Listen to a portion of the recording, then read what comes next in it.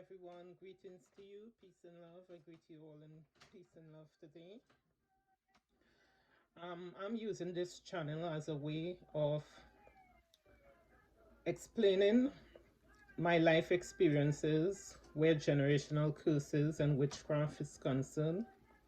I have previously done some videos within the last 2 years, but those videos, at the time when I did do those videos, I was in the middle of dealing with some family members and some ex-in-laws who was practicing these spiritual witchcraft and so on, and it was affecting the family and they were also affecting me. So basically what I did in those videos, I basically confront them and expose them. So these videos that I'm doing, I'm going to be trying to do these videos on a more professional level, where I will not be mentioning anybody's name or showing anybody's photographs, because I want these videos I want to be able to use these videos for, you know, great things. So I'm going to try to do these on a professional level where I wouldn't have to mention anybody's names and so on, you know. So my story starts off at the age of 6 years old. My mother had kids previously to meeting my father. She had about 6 kids previously before she met my father. I was the first child. I am the first child for my dad. So basically, when my life started with my mother and father, my memories was absolutely great memories. You know, I remember we had chickens, we had duck. We was not wealthy, we wasn't rich, but we was neither poor neither. We were surviving just fine. We had, you know, when my father, he met my mother and she became pregnant and stuff with me, they decided then to buy a house, then to build a house, which they did build a house. And, you know, my father, he said that since he's having all these children, he needed to provide for us. So he fenced, the back of our house was fenced.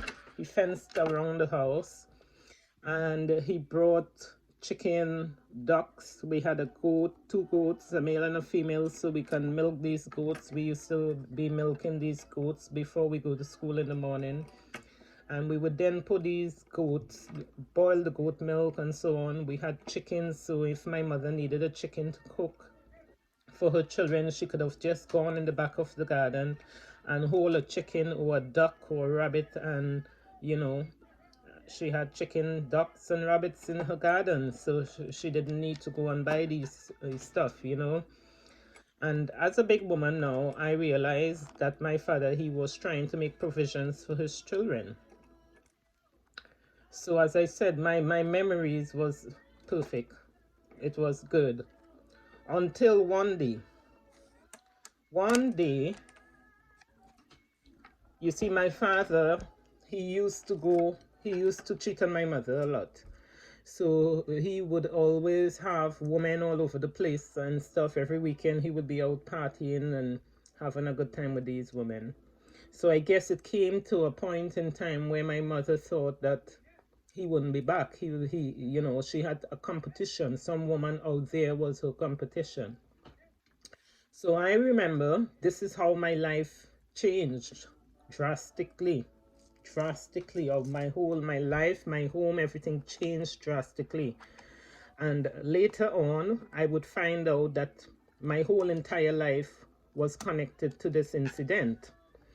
So, as I said, my mother thought she had some kind of competition out there. There was some woman out there who was giving my mother competition.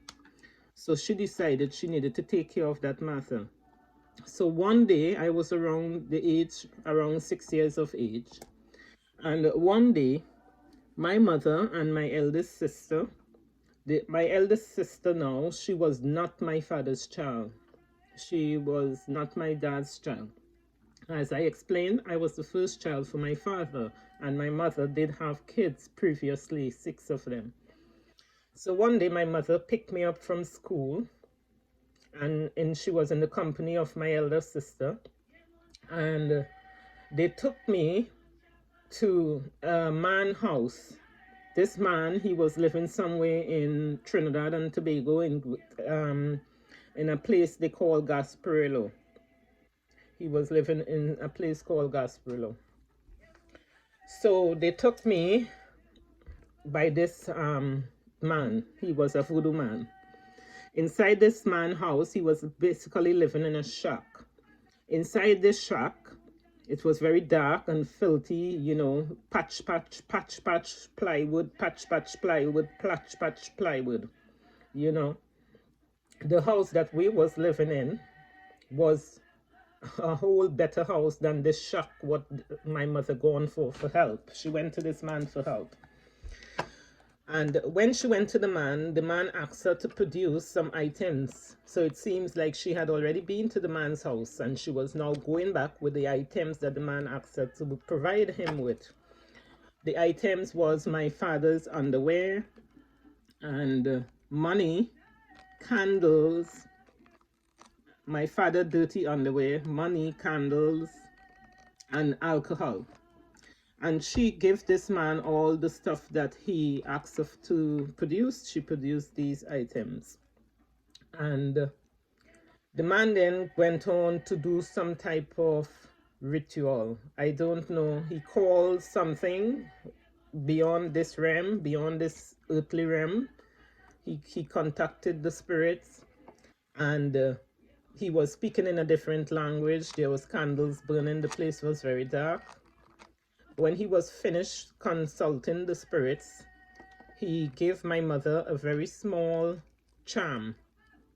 And the people who are from Trinidad and Tobago, you would know this thing. It looks like a block of blue. They use blue to get their clothes white. It's like a little square block. He gave my mother a square little stuff. The shape and size looked like a blue. And it was now tied and sewn. It was tied and sewn right around the edges.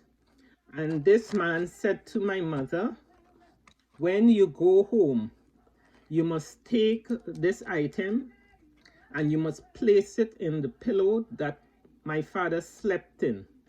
And you must place it in the pillow that he sleeps on and put it on the side of the bed that he sleeps on, and he will be back in 3 days' time. This was the information and the advice that this voodoo man gave to my mother. So she collected the charm and we went home. When we went home now, I was around 6 years old. But I was smart enough to know the difference between 1 day and 3 days. So I was waiting for the 3rd day to arrive to see if what this voodoo man say is truth, if it's going to be for real. And on the 3rd day, I was sitting on the stairs looking up the hill, because where we was living, if I sat here, I would be able to see whoever is coming down. So I sat on the stairs and I was looking to see if my father is going to be coming back on the 3rd day, as the voodoo man said. Well, on the 3rd day, just as the voodoo man said, my father was back. He was coming down the hill. Now, when he was coming down the hill, he did not look like my father. He was all bandaged up because he was in an accident on his way back. On his way back, he was in a serious accident that nearly took his life. And he did go to the hospital and they bandaged his head up. He was bandaged up and so on. And he signed his papers in the hospital to discharge himself. So he did show up just as the voodoo man say on the 3rd day. So I was only a child, people. And at this time, my father was my God. I loved my father at this time because he did not give me any reason up to this time, up to that time, age 6 years old, and that incident, I did not have a reason to hate my father or have any ill feelings towards my dad. At this time, when this incident was happening, I was in love with my father. My father was my God. Because I was his number one child, he tried his best to give me everything that I wanted. I had gold, little lovely pieces of gold he would buy me. He bought me all those designers, trainers, and all those lovely stuff. He had intentions, you know. So as I said, I didn't have any intention, any ill feelings against my dad. And later on, as I did grow up, my father did send me to private school. He paid for extra classes. He was a good dad in the beginning until he made contact with that charm in the pillow. So as I said, I watched my father come down that hill with his head all bandaged up, wrapped up in bandage and so on. And as he reached to the stairs, as he was about to climb the stairs to go in the house, I stopped him because I was sitting in the stairs. And I said to him, Daddy, Daddy, don't go inside that house and lie on that bed, because Mommy, and I called my big sister by name, and I said, they went to a voodoo man and they put something in your pillow and it will kill you. Now, I was just a child, people, but there was a spirit at this time what was speaking to me. And the spirit what was speaking to me was beyond my mother and beyond my father. And that spirit said to me, do not touch that item. It was that spirit what said to me that the item is gonna kill. Nobody told me, no human person told me that this item was gonna kill. It was a spirit. Now I know that is the spirit of the Creator. Now I know that is a true and righteous spirit. The spirit said to me, do not touch the item, that it will kill me. So I passed the message on to my father. Remember, I'm just a child, 6 years of age. And I said to him, Daddy, don't go and lie on that bed. Mommy, and I called my big sister by name, they went to a voodoo man, and the voodoo man gave them something to put in your pillow. And if you go there, it will kill you. My father then proceeded inside the house, and he went towards the bed, and he called me, and he said, Natalie, take it out. He's asking me to take it out of the pillow.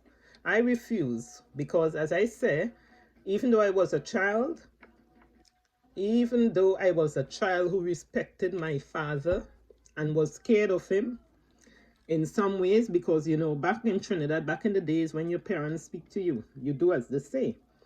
But I refused to touch that item because the force, what told me it's going to kill me, it was stronger. It was a stronger force than my father on this earth. It was stronger. They would have had to kill me. I was not touching it because the force what spoke to me, the voice what spoke to me, the spirit what spoke to me, it was much stronger than anything in this human physical realm. Now I know that was the Almighty God, because since then I've had many interaction with that same spirit, that same voice. So I know now it's the Almighty, it's the Creator, it's the Father. I refused to touch it. I said no to my father. I'm not touching it, no. So he made contact with it. He then made contact with it. He reached into it and he made contact with it.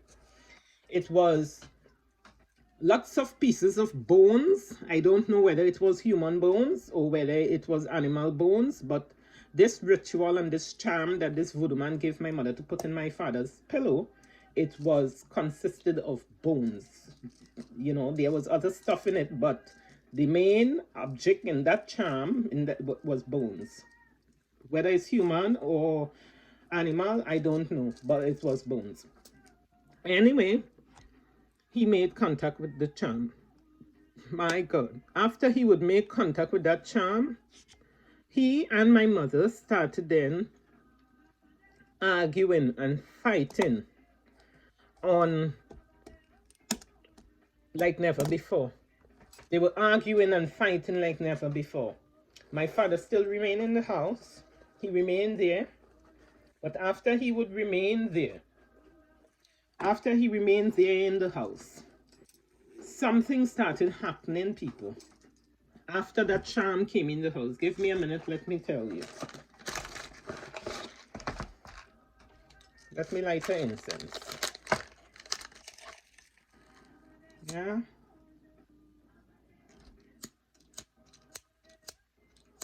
Let me light an incense. Give me a minute.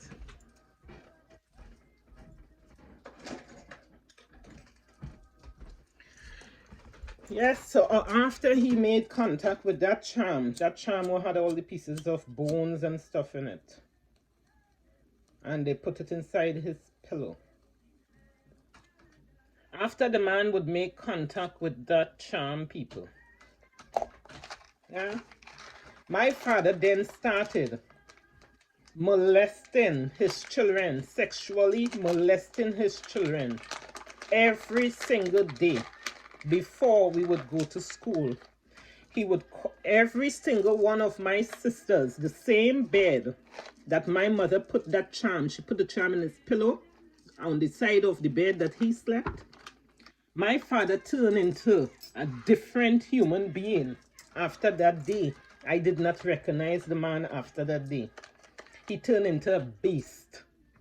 He turned into a beast from that day. After that day, he would call every one of us, starting from Natalie first, because I was the eldest. So after that day, my father would then call us in his bed every single day.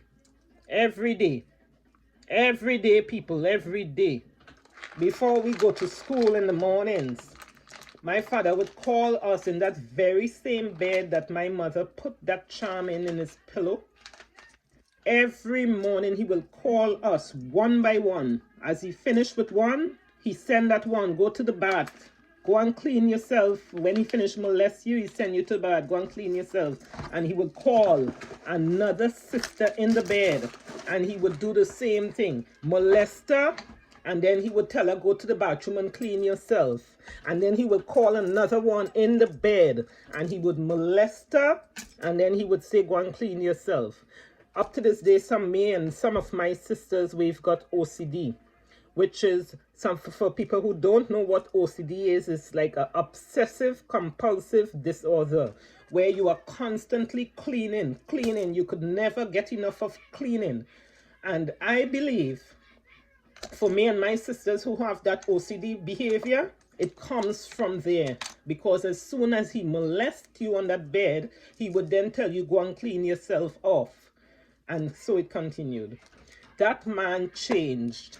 Something changed. The demonic spirit, what my mother put inside that man's pillow, it took over our home. Now, later on, as I would get older, I asked my mother, why did you do that? Why? What was the reason? She said, which made perfect sense to me, because I needed closure. I needed closure as I get older. I then needed closure. I needed to put this thing, make it make sense to me.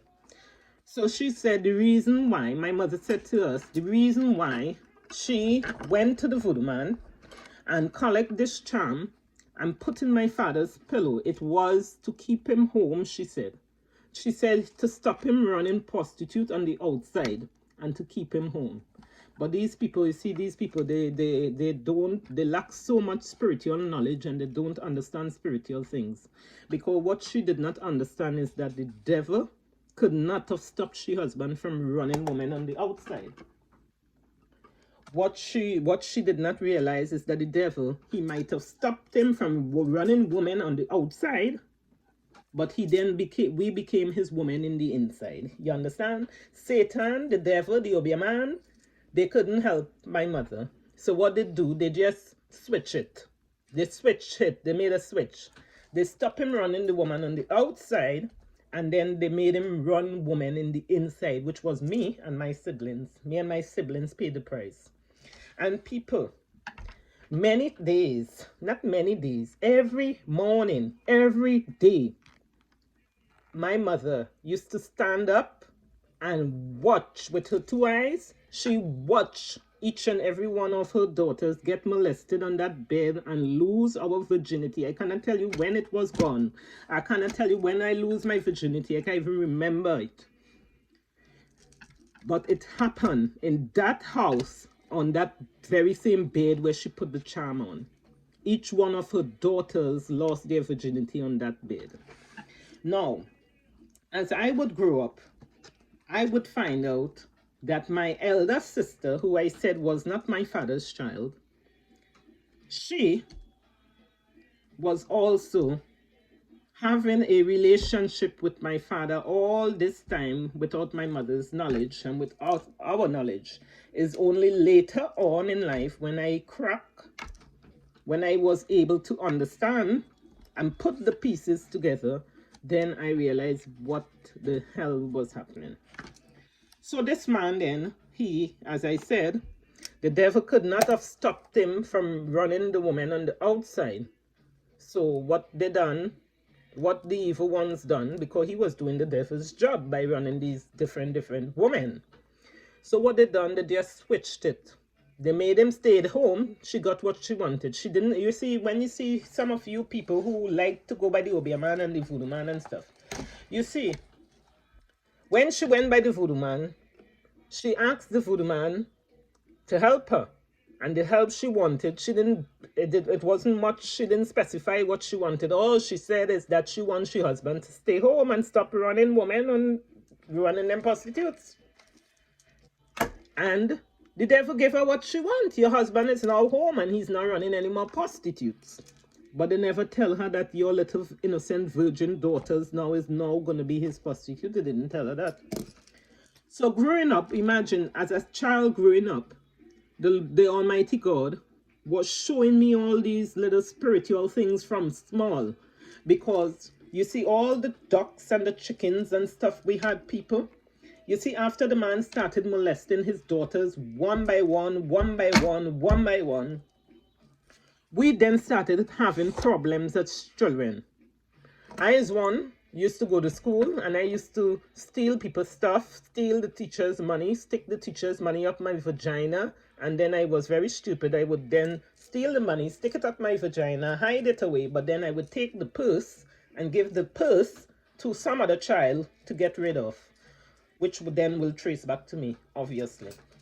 Also, I used to fight a lot. I used to have serious fight. There was one girl I even pushed under a bus. This girl ended up in a cast in her leg. I was out of control. But the reason I was out of control like that is because of what was going on in my household. And I could not tell anybody. I couldn't tell anybody. I don't know why. I just couldn't talk. I couldn't tell anybody. In school, on a Thursday, I used to go to a school called Mayo RC in Trinidad and Tobago. It is up Mayo side, past Whiteland that side, for the people of Trinidad who knows the place. And that school, the teacher, I was beating people and stealing and stuff. The teachers and them, they knew something was wrong. So they called in a psychiatrist. And every Thursday, they used to have me seeing a psychiatrist. I still didn't talk. I never talk. I have other siblings. You see, when these things like this is happening in your household, you would see the children behaviors changes. And of course, all of them would not have the same behavior. Mine was violent and stealing. I had another sister, she just shut down. She wasn't speaking. She was very quiet, very shy, and just shut down, you know. I have siblings who have took their lives off of these things, which I will get into as I continue the story. But for this for this one, part one, I would leave it a bit short. So, yes, they had me seeing a psychiatrist. I would never talk to the psychiatrist and say what is happening. And for some reason, from that day after I spoke and I told my father what was going on, my mother started hating me. She didn't like me from before. Well, that day after I told my father that, you know, mommy gone by the Obeah man, they put something in your pillow, don't go and sleep, they go kill you. From that day, my mother started me, and she was enemy from that day. She did not like me from that day because I was affecting her plans. Yeah. That she didn't stop there. My mother lived by the voodoo man. She lived by the voodoo man. If my mother had a headache, it was voodoo man she runs to. Every problem, she dragged each and every one of my siblings back and forth to the voodoo man. And it affected me and my siblings. I have a brother who took his life.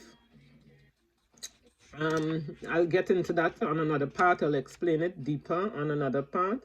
But the reason why my brother took his life, it all started from this incident with the Obia man and my mother putting the stuff in my father's pillow. Because, you see, people, I told you all, every single day before we go to school, we would be molested on that bed. You see, my father was working offshore. So some days, my father would be off the island. He would be offshore. When my father was offshore, you would think we're having a break from this molestation. No, it wasn't so. When my father was offshore, I'm going to try to explain this as best as I can. When my father was offshore, we would then have, spirits was having sex with us then. Spirits used to come and have sex with us, and there was nothing you can do to get out of it. Nothing you can do to get out of sleep.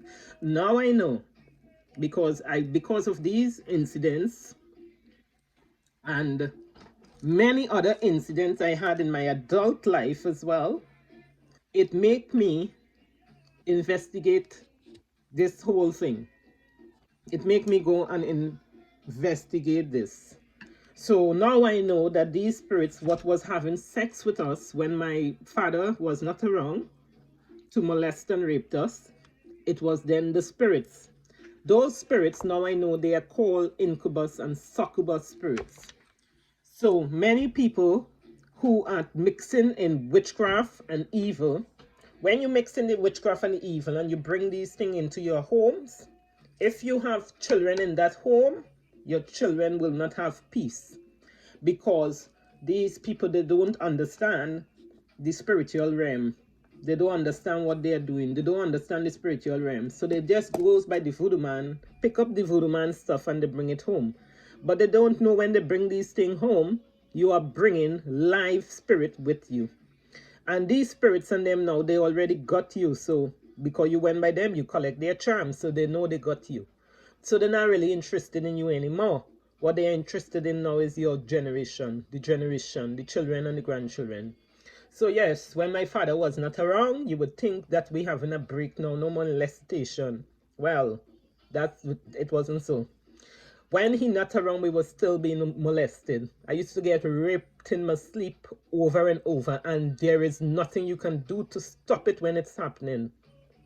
Until the spirit is finished its job, finished doing what it's doing, then you'll be able to be free. There was nothing you can do. And on top of that, I was just a child. So a child, what would you do? What could you do? You don't know what the hell is happening to you. You don't know how to stop it.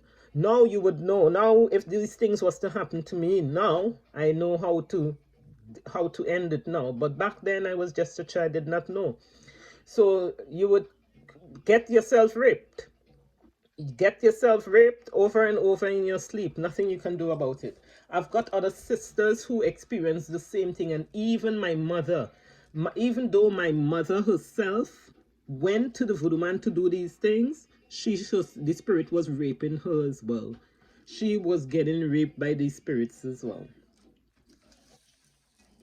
Yeah. I never tried or thought about suicide. Instead, my behavior was just crazy. But I have siblings. One of my brothers, as I said, my last brother took his life because of all of these things. And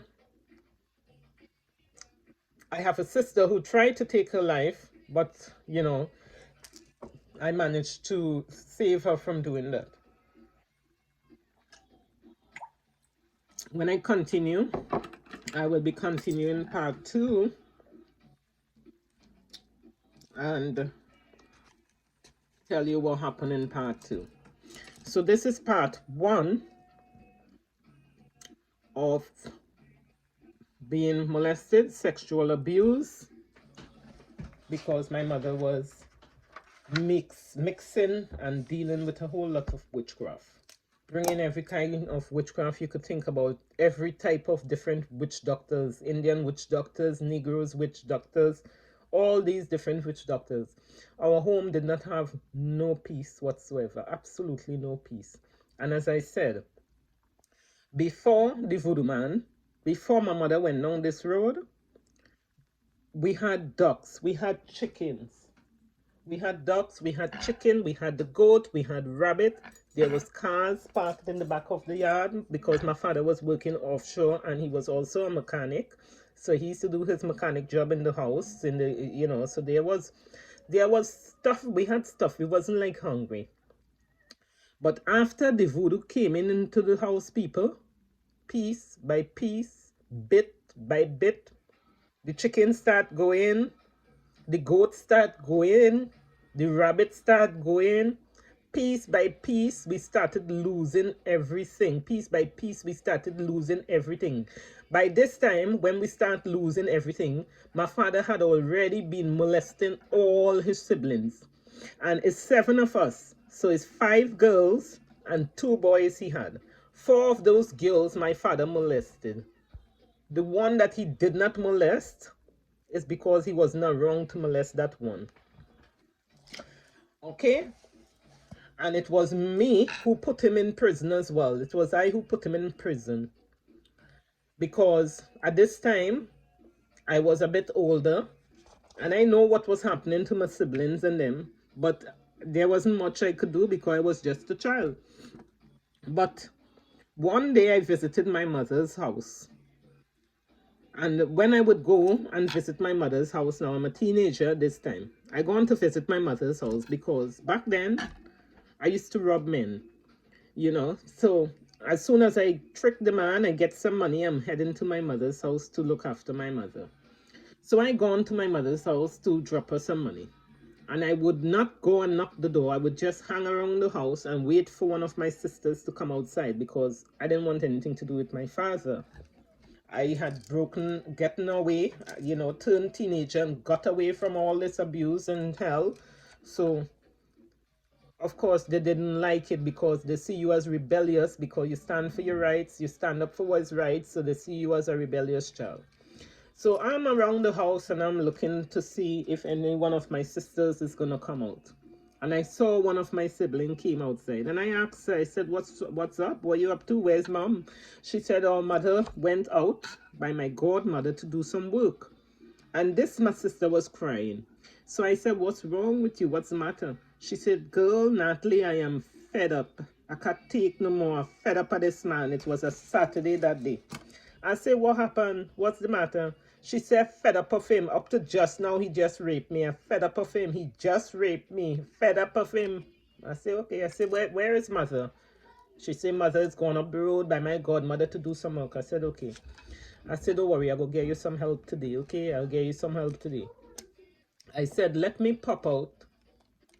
I'm popping right round the corner, and I'll be back to get you some help. And I left her and I went around the corner, which is by the police station, because at this time I had contacts in high places. So I went to the police station where I knew a few police officers. That police station was Marabella Police Station. And I knew a few police officers who were working in that station. Well, some of them was working in the San Fernando and a few of them was working in that Marabella Police Station. So I approached the police station and I was very lucky on that day because on that day there was a young lady who was on duty who I was very familiar with. So I explained to the young lady what is happening, that my mother is not at the house right now. I've just been to the house and my sister have related to me that she wants to kill herself because my father is molesting her and he just molested her up to this day. So the police escorted me back to my father's house. When we got to the house, my father was there. They asked him for my mother. He said my mother is not there. They told him the allegation that I made and they said that they want to take my sister to the hospital to get her tested. He refused. He said she not going anywhere. Her mother is not there, and she not going anywhere because there is no adult. Well, I was 18. So the policewoman said to him, Natalie is 18, so she's an adult. So therefore, Natalie can escort them to the hospital. And that's what I did. I escorted the police to the hospital with my sister. When we got to the hospital and my sister got examined, it was a Saturday, people, a Saturday. They examined my sister.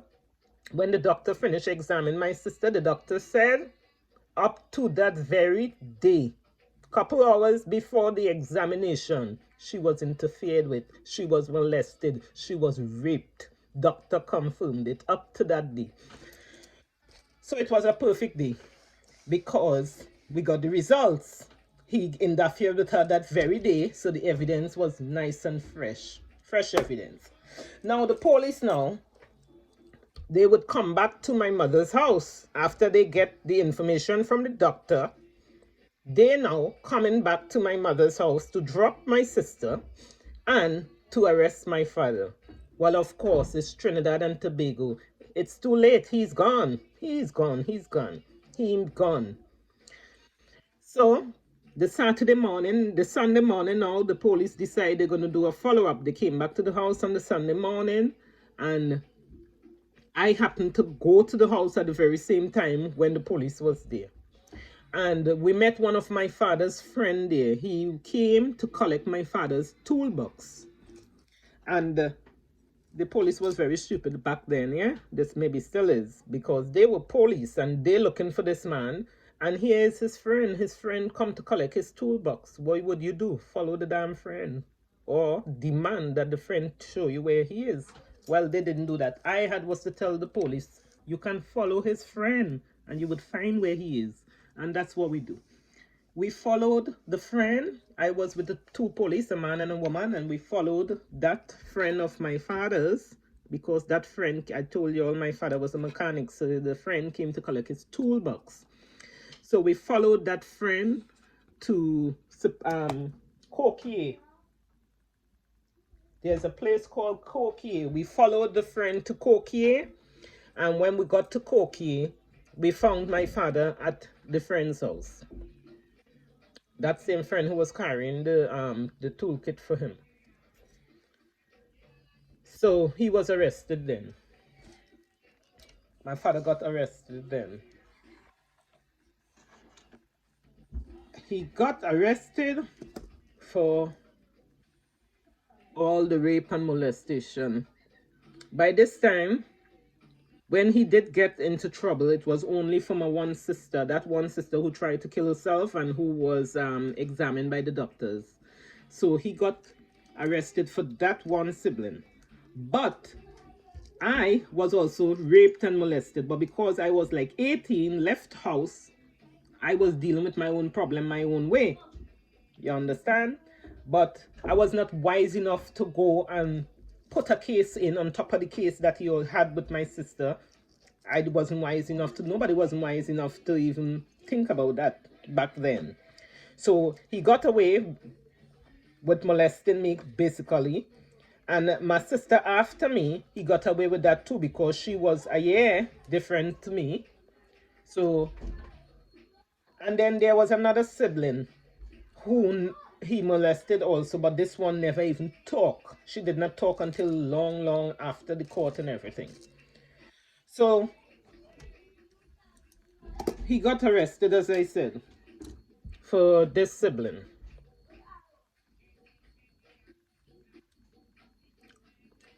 And he went to court. Case continued for a number of years. Case continued for a number of years. In the next video, I will tell you about his sentence, how much he was sentenced for. And then I will do another video about my brother's death. I got many videos to do.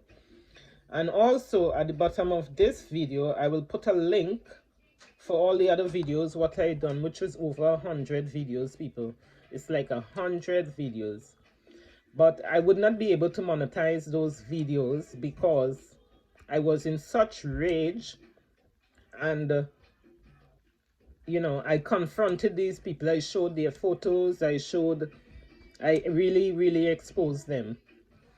Yeah, because in 2017, because I knew so much information about all these witchcraft and so on, these people, they gathered together, my elder sister amongst my other ex-in-laws, they gathered together, and in 2017 they tried to poison me, and they also brought me a black evil shoes as a gift, because they realized that I had known too much, so they was trying to get me out of the scene completely. And I will talk about a lot of mysterious deaths in the family and in my ex-in-laws as well, who was mixing with this witchcraft. I will talk about all of these things in these videos what's to come. But as I was saying, because these people tried to kill me and stuff in 2017, and they brought me that evil black shoes as a gift, I exposed them, and I give them exactly what they needed to be, you know. I dealt with that situation. I defended myself, and I exposed them on a great level by exposing their face and everything, you know. And people who know them, there will be no doubt whatsoever that, you know, these people are who I said they are, because the evidence is all over. So as we continue with the videos, I will be keeping these videos nice and clean, because I want to be able to be monetizing these videos. So on this platform, I would not be using anybody's name. I would just be explaining and exposing my life story, my testimonies, without calling anybody's names and stuff. Because if I otherwise YouTube will see it as bullying when you call people name and stuff, and then I would not be able to monetize on these videos. So that's what I'm going to do. So I'm going to put a link at the bottom here for the people who like, you know, drama and stuff, and the people who like people business and want to know all the good details, because in those others videos I didn't hold back nothing. So I'll put a link at the bottom so you can go and check those other videos out if you want to know, like, you know, certain things I may be talking about in this video, and you want to know extra, you can check out my other channel, which is Godchild Natalie Carter TV on YouTube. But this one, we're going to keep it nice and clean. Instructions from the spirit guides, nice and clean. And this channel, we call it Lions and Lioness of Yah. Okay, so we're going to keep all the lions and lioness of Yah nice and clean. Okay, people, nice and clean. No bad languages, none of that. Okay, none of that, because, you know, we've grown in the last, since 2017, we've matured a lot, and we've grown. And I realized that, you know, I can get my story out without obscenes, you know, and without calling people names. I realized I can still get the story out. But back then, I needed to express all that energy, that anger, that rage that I had inside after these people come into my home to kill me. After they show up into my home to bring me back shoes, I had to deal with it. But that's done and dusted, so we are moving on now to Lion and Lioness of Yah. And we're going to keep this one nice and clean. So part 2, I will tell you in part 2, let me write it down. Part 2, I will tell you about my father being locked up, my dad being jailed. He got a life sentence. But there's more to that story. Lots more to that story. So people, keep tuned in, follow my page, subscribe. Yep. My name is Natalie Rachel Carter. I was born in Trinidad and Tobago. I am living in the UK now for the last 22 years. And the story continues. I will show you all that from 6 years old, that incident that happened from 6 years old with that voodoo man and that rape and that incest, it stayed with me. Straight down, straight through my teenage years. And then it went on into my adult life until I figured out that, hey, everything that's happening now in your teenage life and your adult life, it's connected to that which happened to your childhood life. And I couldn't have gone forward, people. The same cycle kept going on and on and on and on.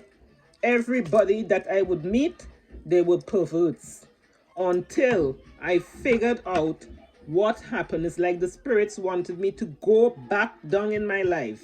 From that child 6 years old who witnessed that Obia thing. I needed to go back to that point in order to repair everything and go forward. In order to break the generational curses and go forward, I had was to go back first before I could go forward. So the journey continues. The journey continues, mission continues. Thank you all for watching the videos, and who is going to be subscribing. I thank you for the subscription as well, who is going to be subscribing. May God bless you all. And as I said, I will put a link at the bottom of this video so you can go back and watch the videos that I previously did concerning these videos, you know. And we would like to carry this channel very far in the future. So we're going to keep it nice and clean because Spirit instruct me. Okay, people, everything I'm doing is all instructed by the Spirit. I was just going to crash just forget about these channels and stuff, but the Spirit and them not having it. They're not having it. They say I have to come out and, you know, clean it up. So I have to tell the story and I have to clean it up. Okay, so God bless you all. Peace and love. I say